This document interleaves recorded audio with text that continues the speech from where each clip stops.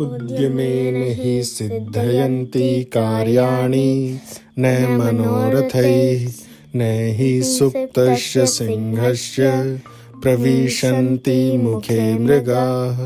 इसका अर्थ क्या है युग? इसका अर्थ कि उद्यमेन ही, उद्यम करने से ही, यानी मेहनत करने से ही, उद्यमेन ही सिद्धयन्ति यानी उद्यम करने से ही, सिद्धयन्ति कार्याणि कार्य सिद्ध होते हैं। हार्ड वर्क से, मेहनत करने से ही आपके सारे काम होते हैं। न मनोरथ ही, ना कि केवल आपके सोच लेने से या इच्छा कर लेने से। जैसे कि दूसरे वर्ड में ऐसे बोलते हैं कि हिरण शेर के मुंह में नहीं जाता है। शेर को काम करने से ही शिकार करना पड़ता है, फिर मिलता है।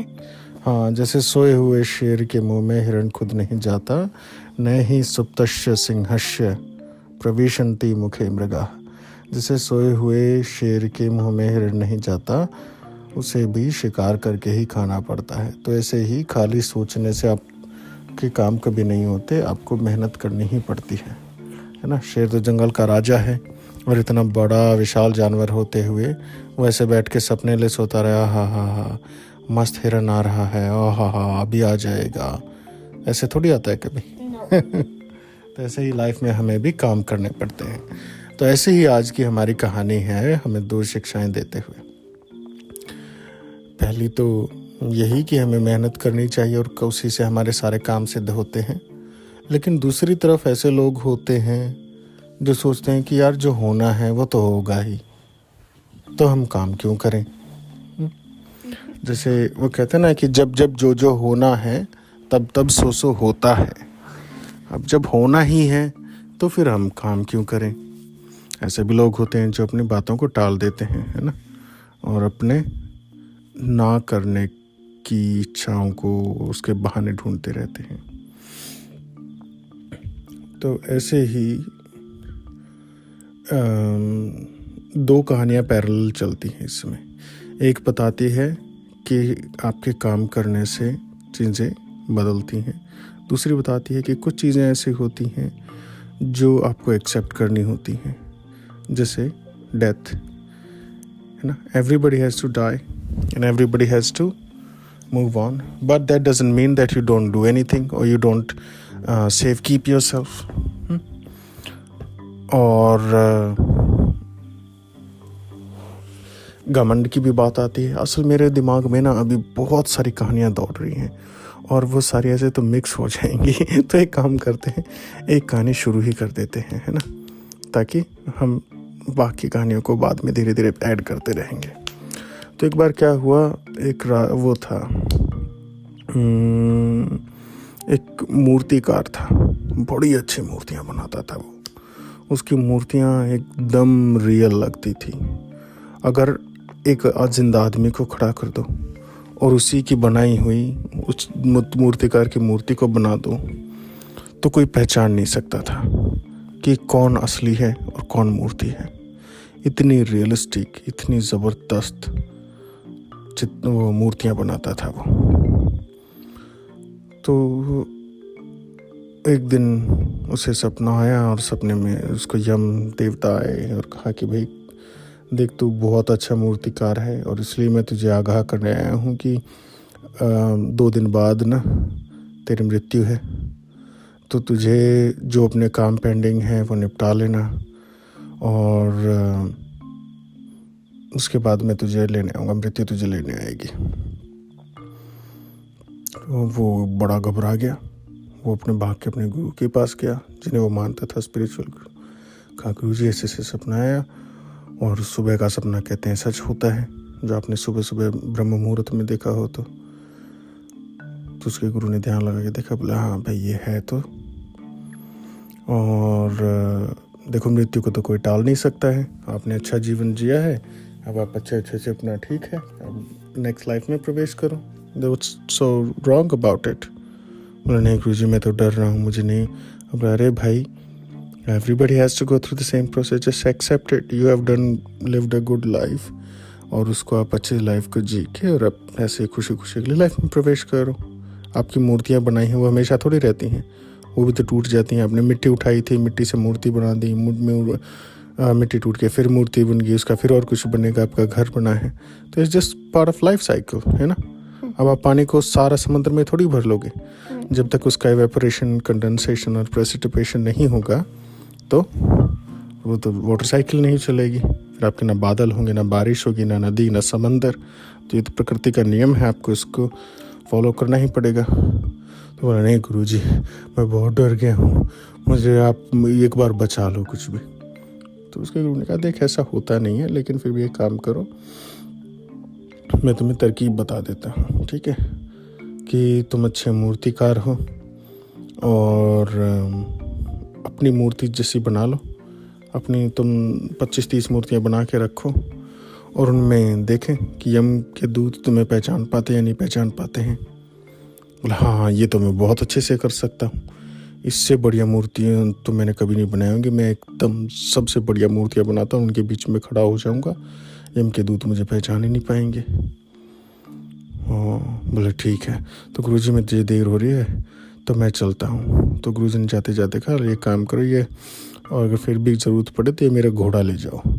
ये अगर ज़रूरत पड़ी तो यम के दूतों से भी आगे तेज़ दौड़ जाएगा और इतनी तेज़ दौड़ेगा कि तुम्हें मृत्यु पकड़ ही नहीं पाएगी. तुम बहुत तेज़ जाके तुम्हें आगे ले जाएगा ये. तो बोला गुरुजी बहुत धन्यवाद. वो चला गया. जाके उसने अपनी जैसी सेम मूर्तियाँ बनाई बिल्कुल और उनके साथ में खड़ा हो गया.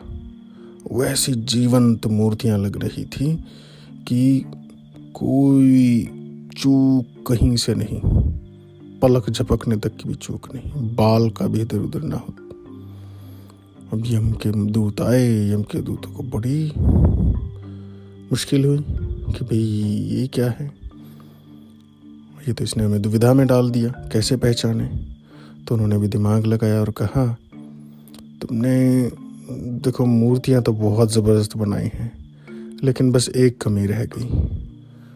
बोली जी इतना कहा था, और क्या कमी रह गई मेरी मूर्तियों में. बोला बस यही कमी रहेगी मूर्तियाँ बोलती नहीं और तुम बोल पड़े, है ना.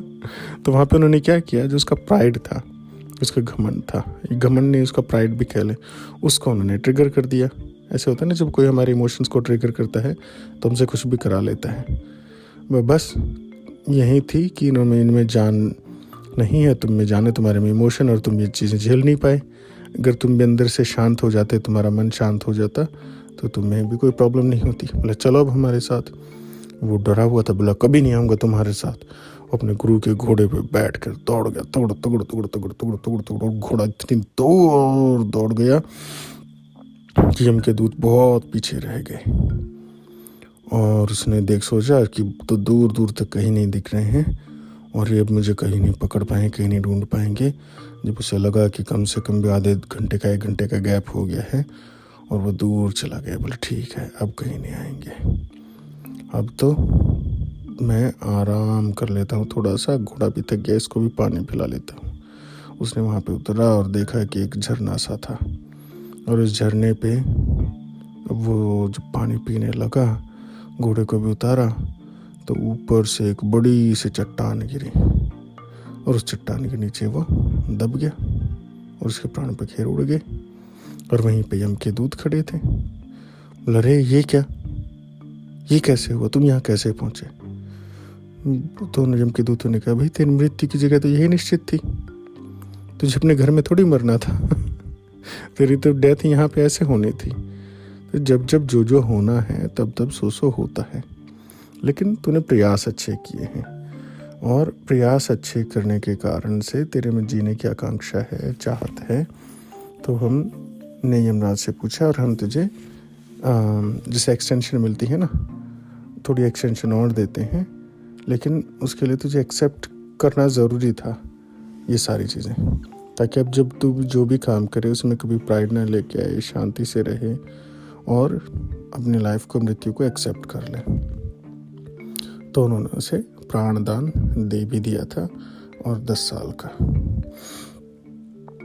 और उसे एक्सेप्ट करना भी पड़ा। तो इससे हमें 2 शिक्षाएं मिलती हैं। पहली तो चीज़ होती है what ever happens should be content and happy about it, है ना।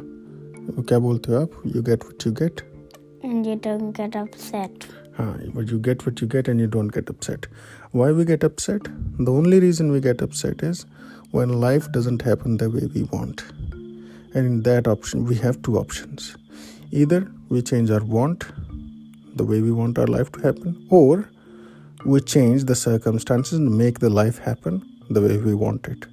There's no point in cribbing and crying about it. You know, either do something about it or be happy about it. Live happily. है ना। तो दूसरी ये होती है।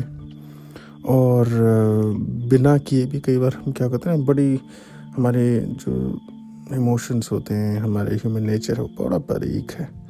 उसमें हमें कभी कभी पता नहीं लगता कि कब हम एक साइड से दूसरी साइड पहुंच जाते हैं। तो हमें अपने आप में खुश रहना भी ज़रूरी है, चीज़ों को एक्सेप्ट करना भी ज़रूरी है, और जहाँ पे चीज़ें बदलने की, काम करने की ज़रूरत है, वहाँ पे वो करना भी ज़रूरी है। लेकिन सबसे बड़ी जो ज़रूरत है, सबसे इम्पोर्टेंट चीज़, वो है विजडम। ये पहचानने की, समझ आने की कि व्हाट टू डू व्हेन।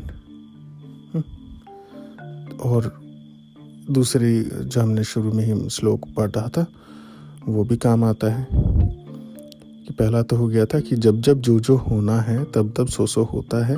लेकिन इसका मतलब ये नहीं कि आप अपना काम करना ही छोड़ दो। बिना पढ़ाई के आपके ना नंबर आएंगे, है ना। बिन सोते हुए शेर के मुंह में कभी हिरन नहीं जाता है। तो आपको काम तो करना ही पड़ता है। उद्यमे नहीं सिद्धयन्ति कार्याणि न मनोरथैः न ही सुप्तस्य सिंहस्य प्रविशन्ति मुखे मृगाः। तो ये थी हमारी आज की कहानी। Good night. Good night.